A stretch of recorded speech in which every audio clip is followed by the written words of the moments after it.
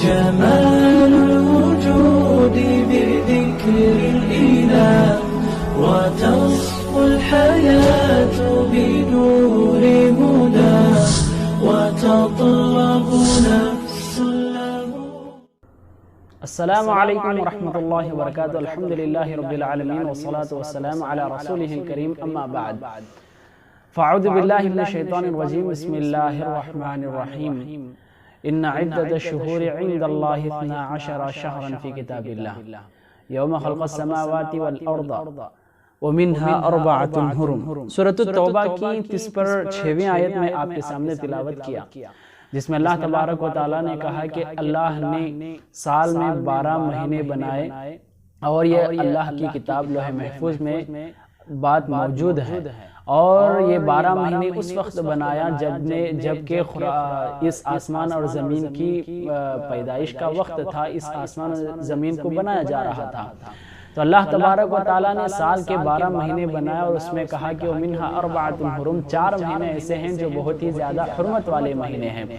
رسول اللہ صلی اللہ علیہ وسلم نے حدیث میں کہا کہ اللہ تبارک و تعالیٰ سال میں 4 مہینوں کو اپنے لیے پسند کیا جو باحرمت والے مہینے ہیں، جس کے بارے میں اللہ نے خود قرآن میں ذکر کیا. وَمِنْهَا 4 حرم. اور 4 ایسے مہینے جسے اللہ تبارک و تعالیٰ باحرمت بنایا ہے، جس میں سب سے پہلا مہینہ اور ہمارے اسلامی کیلنڈر کا پہلا مہینہ محرم کا مہینہ ہے.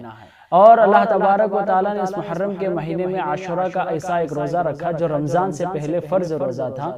اور رسول اللہ صلی اللہ علیہ وسلم اس روزے کو بہت ہی اہمیت سے رکھا کرتے تھے، اور صحابہ اکرام کو اس پر ترغیب بھی دلایا کرتے تھے کہ صحابہ اکرام اس پر رہیں.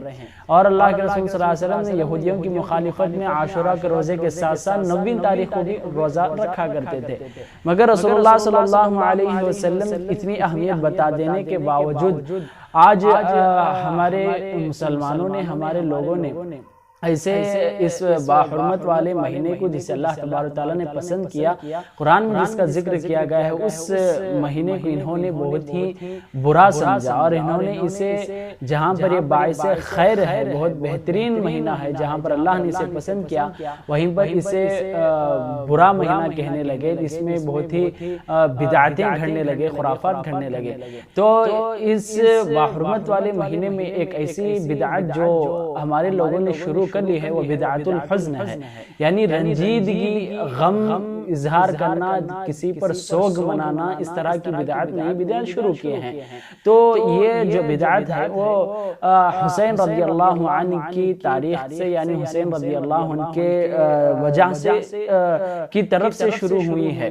یعنی حسین رضی اللہ عنہ کی شہادت ہوئی تھی 7 ہجری میں. تو اس وقت سے جو لوگ شیعہ کہلاتے ہیں، اس میں ایک خاص فرقہ ہے جس کو رافضہ کہا جاتا ہے. انہوں نے جب حسین رضی اللہ عنہ کی شہادت ہوئی تو اس وقت سے انہوں نے محرم کا مہینہ تھا، تو محرم کے مہینہ کے انہوں نے سوگ منانے کا مہینہ قرار دیا.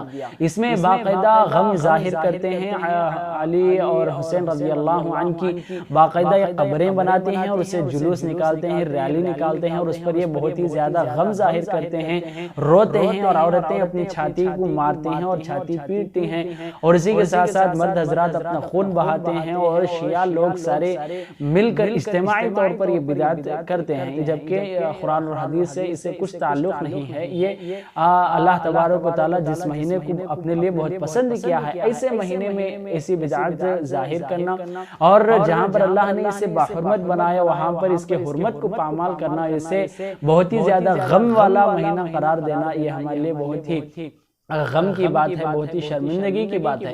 اس وجہ سے اس باحرمت والے مہینے کو باحرمت کے ساتھ اسے منائیں، اسے اپنے لیے نیکیوں کا ذریعہ اور گناہوں سے بچنے کا ذریعہ بنائیں. اس میں نیک اعمال زیادہ کریں، خاص طور پر 9ویں تاریخ کا روزہ، 10ویں تاریخ کا روزہ رکھا کریں، جس میں ہمارے لیے بہت ہی زیادہ ثواب ہے.